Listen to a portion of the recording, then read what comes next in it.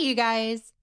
In this video, I'll be talking about the latest overworld elite enemies and boss fights in Genshin Impact, those released from version 6.1 to 6.3. I'll be reading through the in-game descriptions of these fights and pointing out the core mechanics and what you can do to counter them. I'll use 4-star characters against these Nod-Krai enemies in the overworld, just to demonstrate that with the right know-how, you too can take them down. For enemies that have lunar reactive mechanics, I'll also show a snippet of what that mechanic looks like when countered with lunar damage.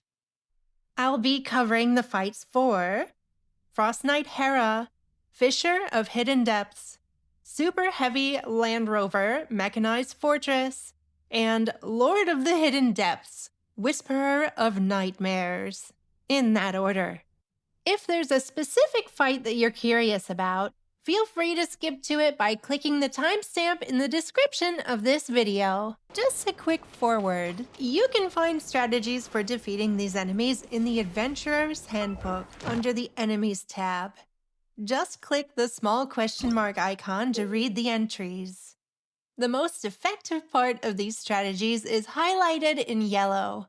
Just a quick heads up, the mechanics of these fights can change in other combat challenges, such as Stygian Onslaught.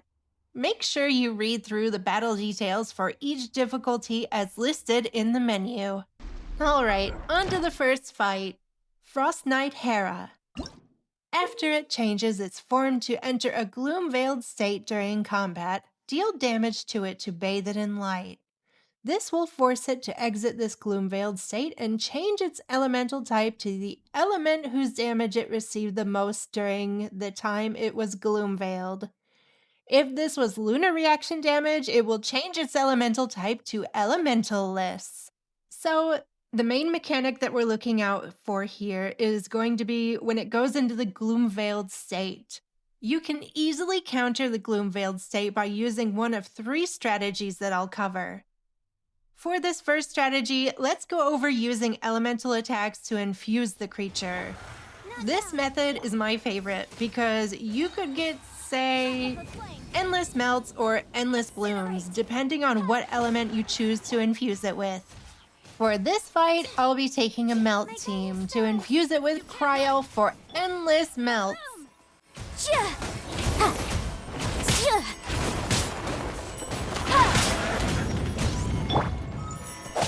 Not now! Incinerate!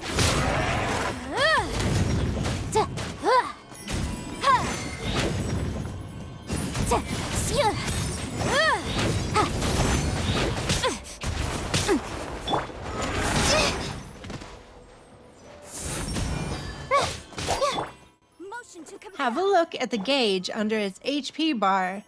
This will let you know how close you are to breaking its gloom-veiled state. My guiding stars.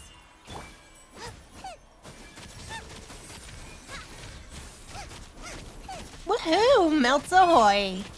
I'm gonna let the rest of this fight play out, just so you can get an idea of what it looks like. But feel free to skip ahead if you want to.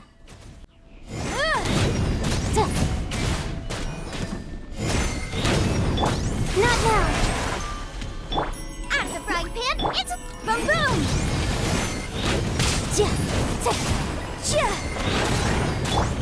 Judgment! My guiding stars! Boba, get them!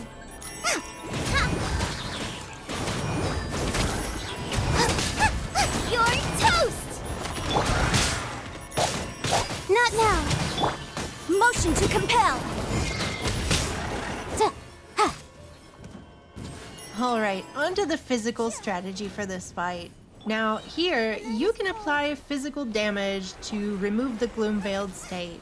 This strategy usually involves fast-striking physical attackers such as Zhongling or Zhongli. And it works even better if you have the Crescent Pike equipped, which will apply extra hits. This method will make it go into an elementalless state.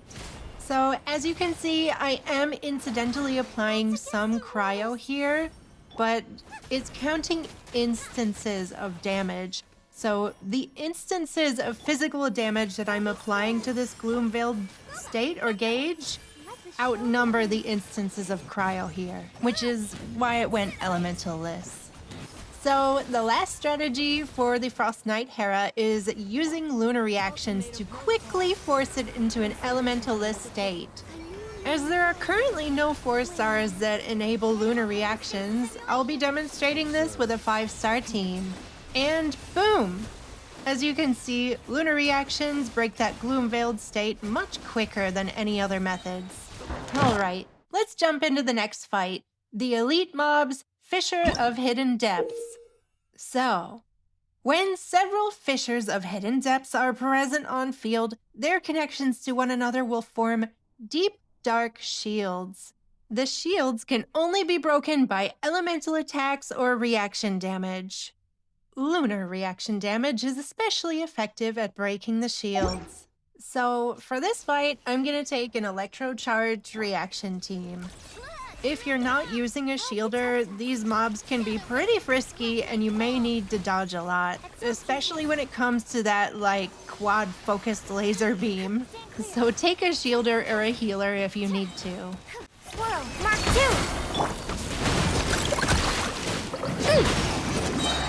Just being done, water bomb!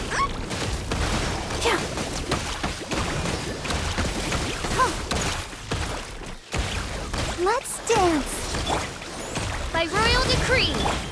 Animal tech 6308! Stand clear!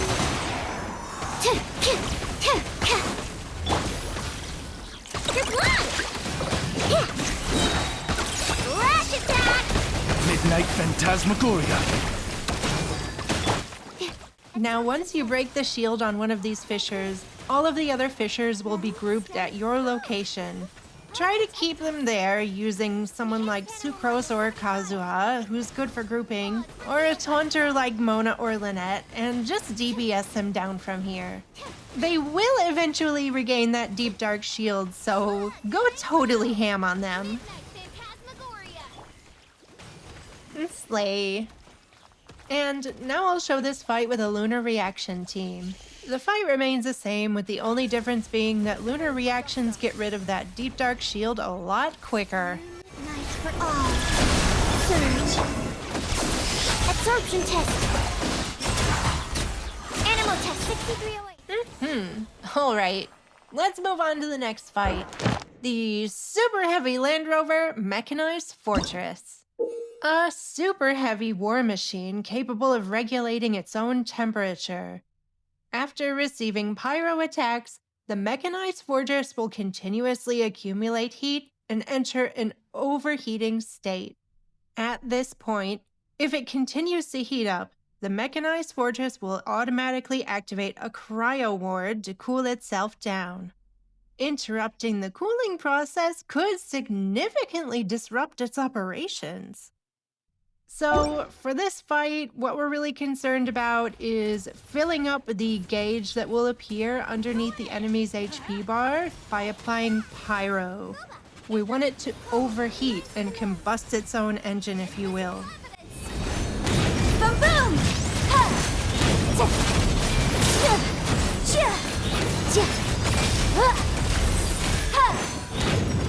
Out of the frying pan, into the fire!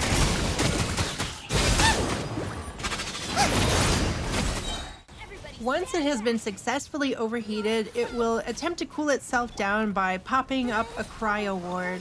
So you'll want to break this state as well by applying even more pyro. Once the cryo ward is broken, it will take self-damage and you can continue to DPS it down.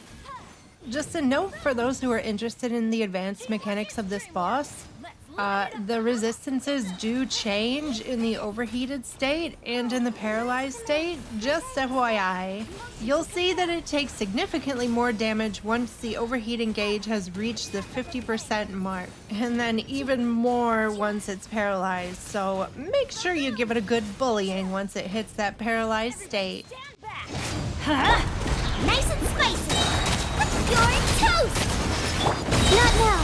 Don't be scared! Motion to compel!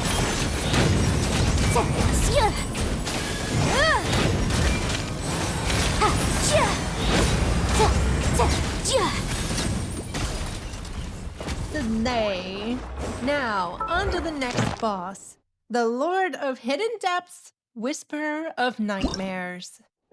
So, similar to the elite mobs, the Fissures of Hidden Depths that we went through earlier, this Lord of the Hidden Depths, Whisperer of Nightmares, will deploy the Deep Dark Shield in combat, summoning several Fissures of Hidden Depths. The shield or shields can only be broken by elemental attacks or reaction damage. Lunar reaction damage is especially effective at breaking the shield or shields. Additionally, defeating a summoned Fissure of Hidden Depths will also deal damage to its shields. Notice how they say that the Deep Dark Shield or shields can only be broken da-da-da-da. Well, I think that's because ultimately there are two strategies that you could use to approach this boss. For the shield phase, lunar teams are better off attacking the boss directly. Lunar damage is 3 times more effective, while elemental damage teams are better off doing AoE to the fissures.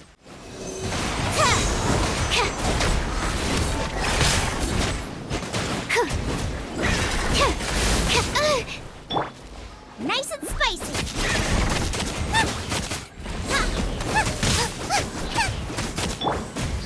Odds revealed by witness the power of Gurwa. Huh? No, my sword.